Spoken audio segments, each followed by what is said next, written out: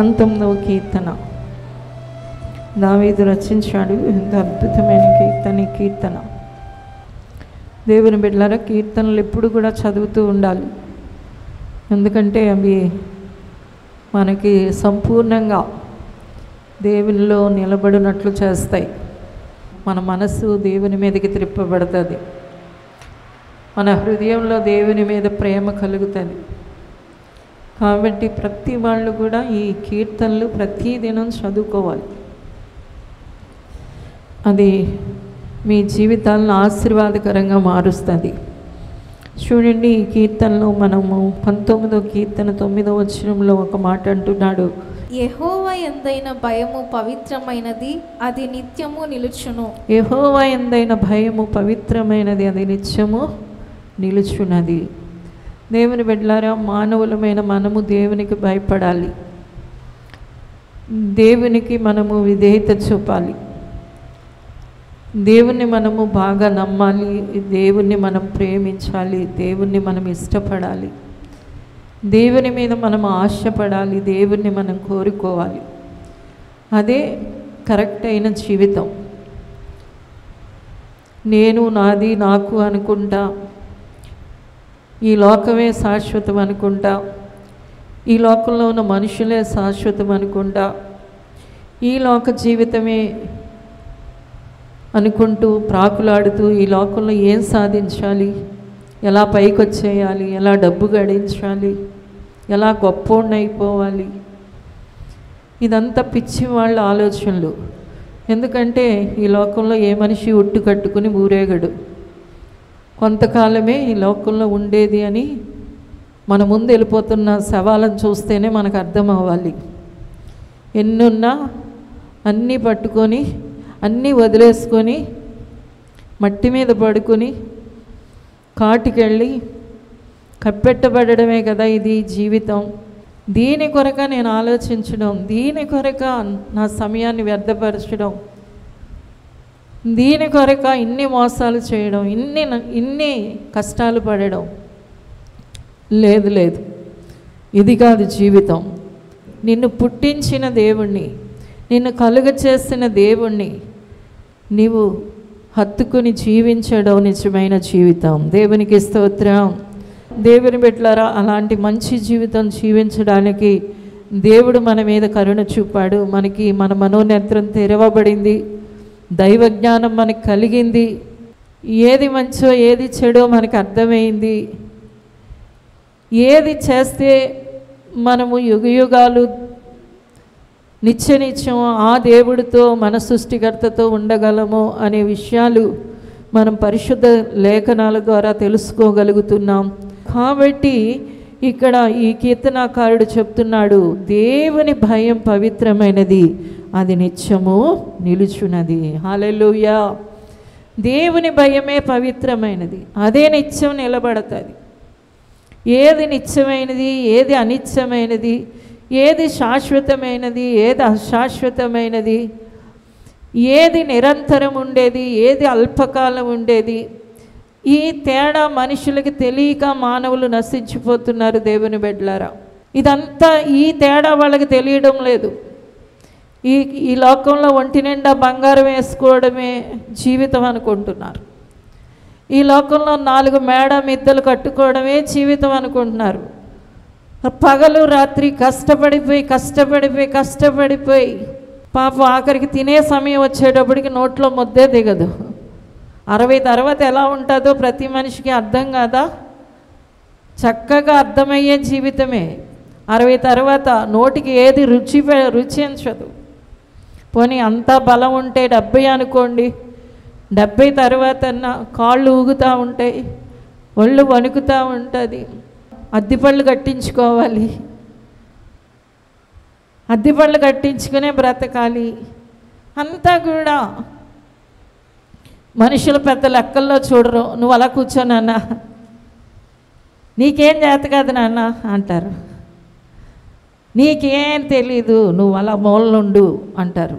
ఎందుకంటే నీకు 60 దాటేసాయి కాబట్టి, 70 దాటేసాయి కాబట్టి.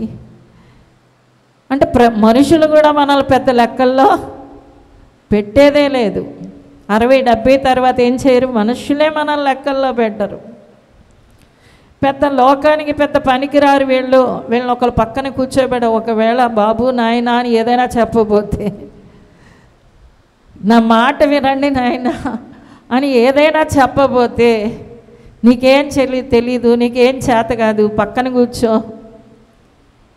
నువ్వు అలా ఉండంతే. ఇది మనిషి జీవితం. దేవుని బిడ్డలారా, ఇలాంటి దుర్భరమైన జీవితంలో, ఇలాంటి క్షణభంగురమైన జీవితంలో, ఇలాంటి తాత్కాలికమైన జీవితంలో మనం సత్యాన్ని నిజాన్ని తెలుసుకోవాలి.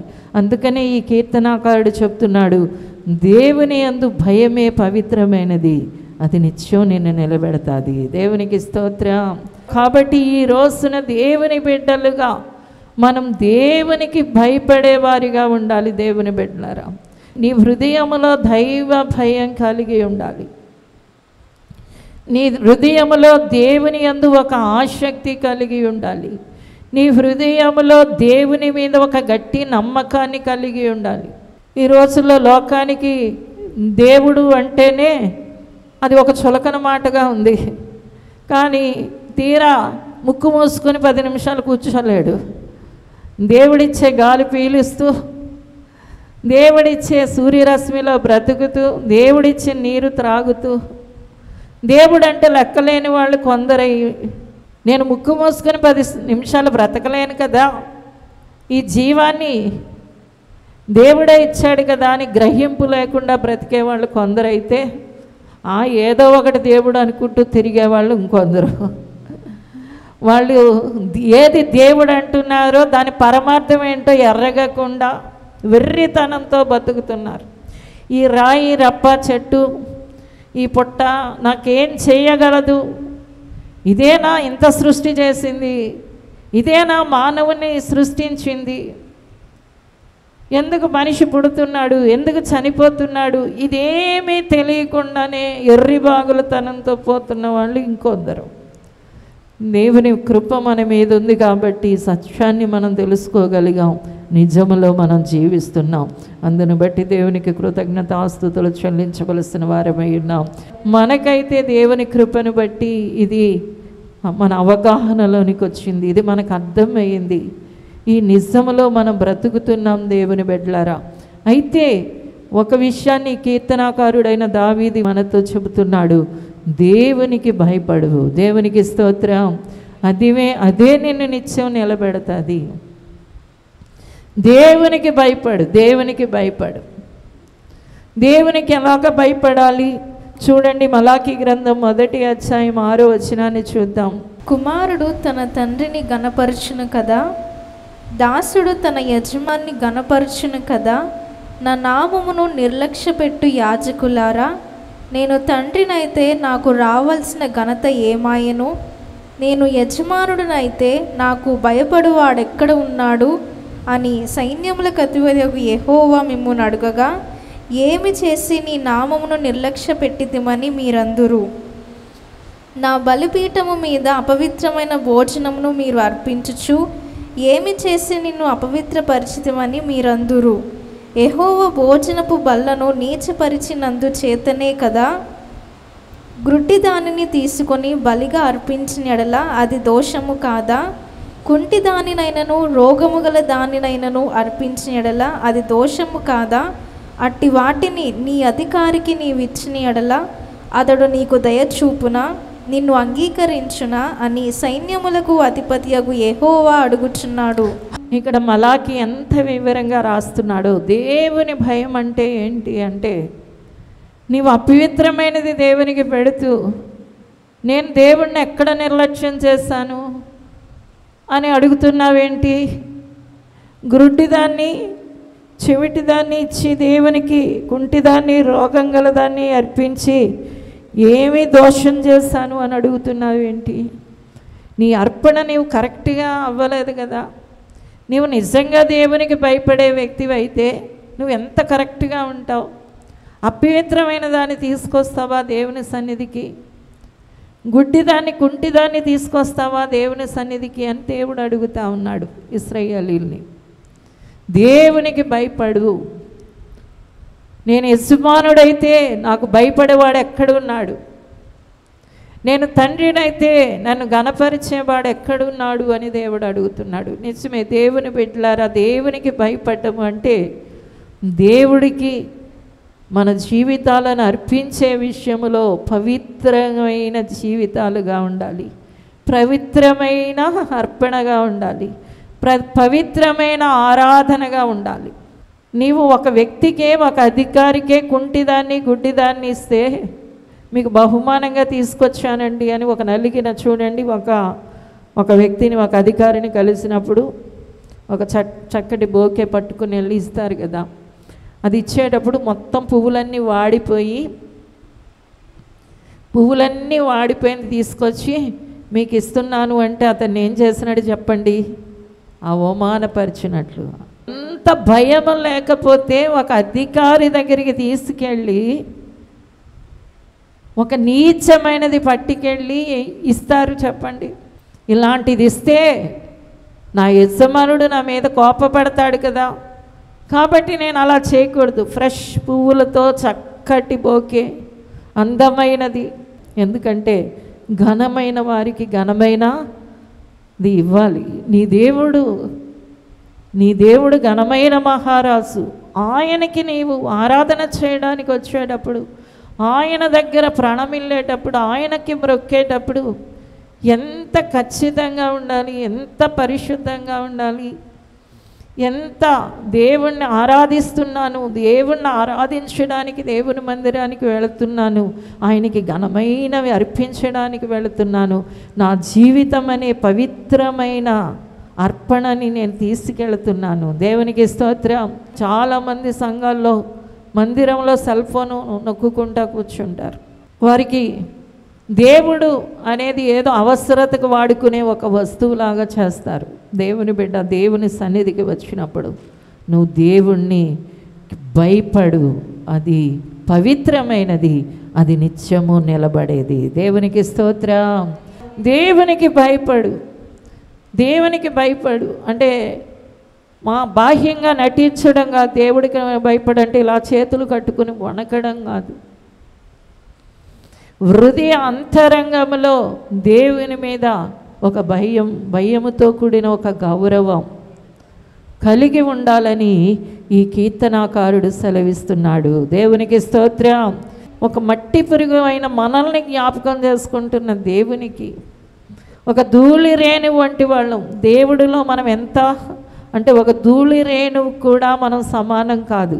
అంత అల్పులమైన మనల్ని దేవుడు జ్ఞాపకం చేసుకొని మనకి రక్షణ ఇచ్చి, ఈ జీవాన్ని ఇచ్చి, ఈ వెలుగునిచ్చి, ఇంత కోట్ల ప్రజలలో మనల్నే ఆయన సన్నిధిలో తీసుకొచ్చాడు అంటే మనం ఎంతగా ఆయనకి భయపడాలి, ఎంతగా ఆయనకి గడగడలాడాలి, ఎంతగా ఆయన సన్నిధిలో వణకాలి.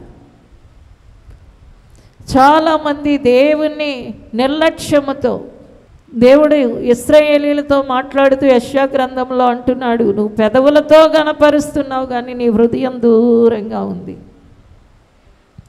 ఒకవేళ నువ్వు చెయ్యి చాపుతూ ఉంటే అది రక్తంతో నిండి ఉంది, అది చిరాగ్గా ఉంది అంటున్నాడు దేవుడు.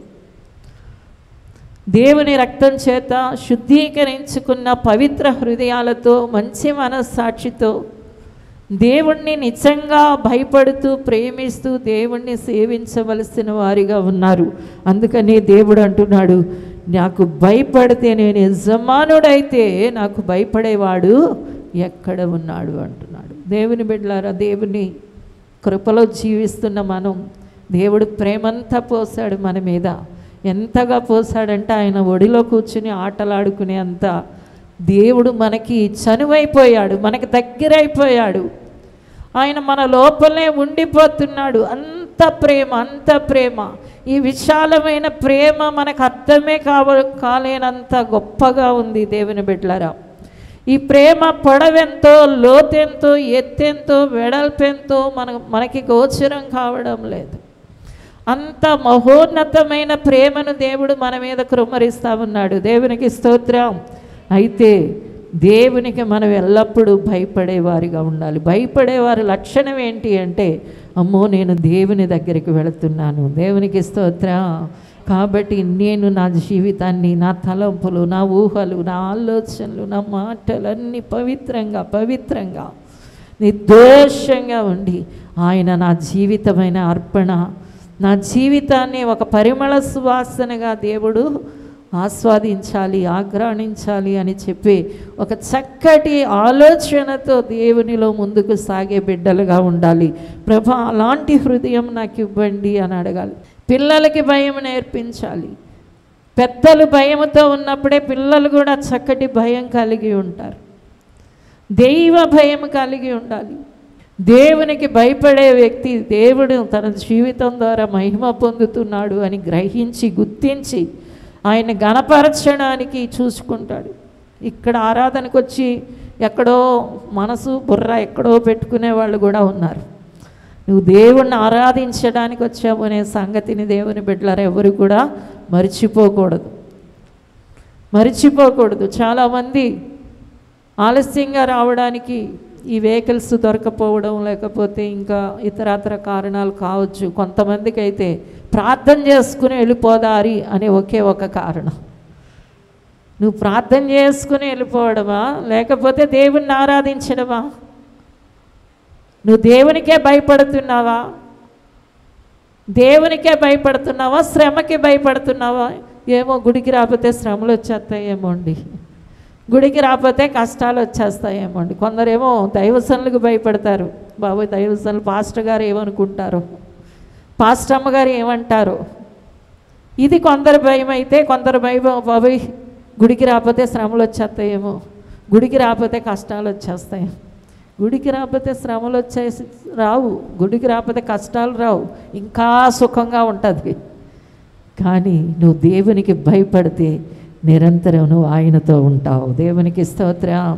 నిరంతరం ఆయనతో ఉంటావు, నిత్యం ఆయనతో ఉంటావు. దేని కొరకు నువ్వు దేవుణ్ణి అనుసరిస్తున్నావు, దేని కొరకు నువ్వు దేవుణ్ణి వెంబడిస్తున్నావు, నీ హృదయ పరిస్థితి ఏంటి? ఒక్కసారి నీ హృదయాన్ని చూసుకో. నిజంగా దేవుని మీద భయం ఉందా, ప్రేమ ఉందా, నమ్మకం ఉందా? దేవుని బిడ్డలారా, అది చూసుకోగలిగితే అద్భుతమైన చక్కటి జీవితాన్ని జీవించగలుగుతారు. తర్వాత చూడండి, యెషయా గ్రంథం 33:6 దేవుని దగ్గరికి వచ్చే వాళ్ళకి వచ్చే ఆశీర్వాదాలు కనబడుతున్నాయి. నీ కాలములో నియమింపబడినది స్థిరముగా నుండును, రక్షణ బాహుళ్యమును బుద్ధి జ్ఞానముల సమృద్ధియు కలుగును, యెహోవా భయము వారికి ఐశ్వర్యము. హల్లెలూయా. నీ కాలంలో అదే స్థిరంగా ఉంటుంది. ఎందుకంటే యెహోవా భయమే వారికి ఐశ్వర్యం. ఎంత గొప్ప మాట చూడండి. దేవుడు భయపడే వారికి దేవుడే ఐశ్వర్యం అంట. అన్నీ దేవుని నుండే సరఫరా అవుతాయట, అన్నీ దేవుడే ఇస్తూ ఉంటాడట. ఎందుకంటే వారు దేవునికి భయపడేవారు. కాబట్టి ఈ రోజున దేవుని బిడ్డలారా, మనం ఏం చేయాలి అంటే దేవునికి భయపడాలి. ఆ భయము నీకు ఐశ్వర్యంగా మారిపోతుంది. ఆ భయమే నీకు సర్వసంపదలు అయిపోతాయి. ఆయన నుండే నీకు సమస్తం లభ్యమవుతాయి. కాబట్టి ప్రతి వారు నేను దేవుణ్ణి ఎలా ఆరాధిస్తున్నాను, ఎలా స్తుతిస్తున్నాను, నా హృదయం ఆయన ఎదుట సరైనదిగానే ఉందా, నేను ఆయన్ని నమ్ముతున్నానా, ఆయనకి భయపడుతున్నానా, ఆయనకి లోబడే విధేయత కలిగిన మనస్సు నాకుందా, ఇదంతా కూడా ప్రతి వారు పరిశీలన చేసుకోవాలి. తర్వాత చూడండి, సామెతల గ్రంథం 10:27 చూద్దాం. యెహోవా యందు భయభక్తులు కలిగి ఉండుట దీర్ఘాయువునకు కారణము. యెహోవా యందు భయభక్తులు కలిగి ఉంటున్నప్పుడు ఏం కలుగుతుందట? దీర్ఘాయువు కలుగుతుందట. ఈ లోకంలో ఉట్టి కట్టుకుని ఊరేగడమేనే కాదు, దేవుని బిడ్డలారా, శాశ్వత కాలం ప్రభువుతో జీవించే ఆ నిత్య జీవానికి, నిత్య మహిమకు వెళతారు అని కూడా అర్థమైంది. దేవునికి స్తోత్రం. కాబట్టి ఒక వ్యక్తి దేవునికి భయపడేటప్పుడు నిరంతరం దేవుని దగ్గరికి జీవించేలాగా అతడు దేవుని దగ్గర ఉండబోతున్నాడు. దేవుడితో మానవులు జీవించడం ఎంత ధన్యకరమైన జీవితం చూడండి, ఎంత ధన్యకరమైన జీవితం. మినిస్టర్తో నీకు భోజనం ఏర్పాటు చేశారంటే ఎంత తబ్బిబ్బైపోతావు. ఒక మినిస్టర్ గారితో ఈ రాత్రి డిన్నర్కి పిలిచాడు ఆయన నిన్ను అంటే ఎలా ఉంటుంది నీ మనసు? దేవుడు అంటున్నాడు, నిరంతరం నువ్వు నాతో ఉంటావు. చప్పట్లు కొట్టి దేవుని నామానికి ఆయనకు భయపడేవారు ఆయనతో ఎల్లప్పుడూ ఉంటారు, యుగ యుగాలు ఉంటారు. తర్వాత చూడండి అదే సామెతల గ్రంథం 9:10 చూద్దాం. యెహోవాయందు భయభక్తులు కలిగి ఉండుటయే జ్ఞానమునకు మూలము. హల్లెలూయా. దేవుడికి భయపడే వారికి ఎవ్వరు చెప్పక్కరలేదు. దేవుని బిడ్డలారా, వాళ్ళంతట వాళ్ళే నడిచేసుకుంటారు. 10 సార్లు త్వరగా రండాను, 10 సార్లు ప్రార్థన చెయ్యండాను చెప్పనక్కరలేదు. వాళ్ళని దైవ జ్ఞానం నడిపిస్తూ ఉంటుంది. దేవునికి స్తోత్రం. దేవుడి మీద భయం ఎప్పుడొచ్చిందో ఆ జ్ఞానం దాని అంతటా అదే వచ్చేస్తుంది. దేవునికి భయపడిన వారు భక్తి వాళ్ళంతటా వాళ్ళే చేసేసుకుంటారు.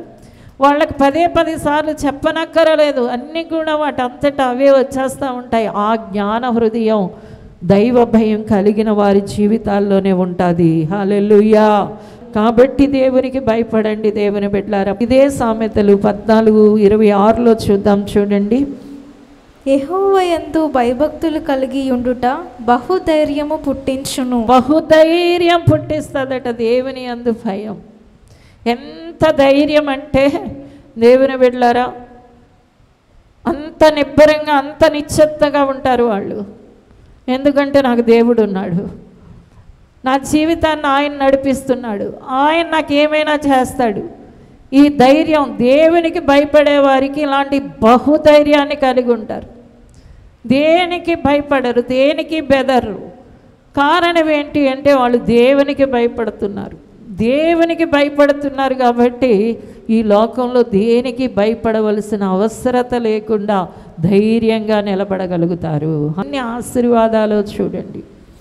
ధైర్యం కలుగుతుంది, దీర్ఘాయువు కలుగుతుంది, ఐశ్వర్యం వాళ్ళదవుతుంది, సమాధానం వాళ్ళదవుతుంది, జ్ఞానం వారిదవుతుంది. ఇన్ని ఎక్కడి నుండి వస్తాయి అంటే దేవునికి భయపడే వారి జీవితాల్లో ఉంటాయి. కాబట్టి నీ గుండెల్లో ఉండవలసింది ఏంటి అంటే దైవ భయం. ఏం కలగాలి చెప్పండి?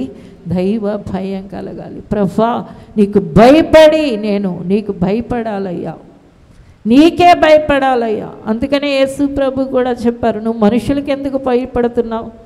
వాళ్ళు 4 దెబ్బలు కొట్టి చంపగలరేమో నిన్ను, కానీ నిన్ను నరకము నుండి రక్షించగలిగిన వ్యక్తిని నేను. దేవునికి స్తోత్రం. నరకం నుండి తప్పించే నాకు భయపడతావా? ఈ మనిషికి భయపడతావా? నువ్వు వాళ్ళని కాదంటే, నువ్వు వాళ్ళు చెప్పినట్లు చేయకపోతే 4 దెబ్బలు కొడతారేమో, 4 తిట్లు తిడతారేమో, లేకపోతే చంపేస్తారేమో. కానీ దేవుడు ఒక్కడే నిన్ను నరకము నుండి తప్పించగలడు. దేవుని బిడ్డలారా, దేవునికి భయపడండి. దేవుడు నిన్ను నరకము నుండి రక్షించగల శక్తిమంతుడు, సమర్థుడై ఉన్నాడు. ఆయనకి భయపడండి, ఆయనకి భయపడండి, ఆయనకి భయపడదాం. చావు ఎప్పుడైనా చచ్చేదే. కాబట్టి మనిషికి కాదు. కొంతమంది ఎన్ని మొఖమాటాలంటే వాళ్ళ బంధువులు ఎదుట యేసు దేవుడు అని చెప్పుకోవడానికి కూడా మొహమాటమే. దేవుడు ఎక్కువ కాదు వాళ్ళకి, బంధువులు ఎక్కువ, ఈ మట్టి పురుగులు ఎక్కువ, వాళ్ళ ప్రేమలు ఎక్కువ, వాళ్ళ బంధుత్వాలు ఎక్కువ, వాళ్ళ స్నేహాలు ఎక్కువ. అందుకని దేవుడినైనా పక్కన పెట్టేస్తారు కానీ బంధువులకి గడగడలాడేస్తారు. దేవుని బిడ్డ, దేవునికి భయపడండి.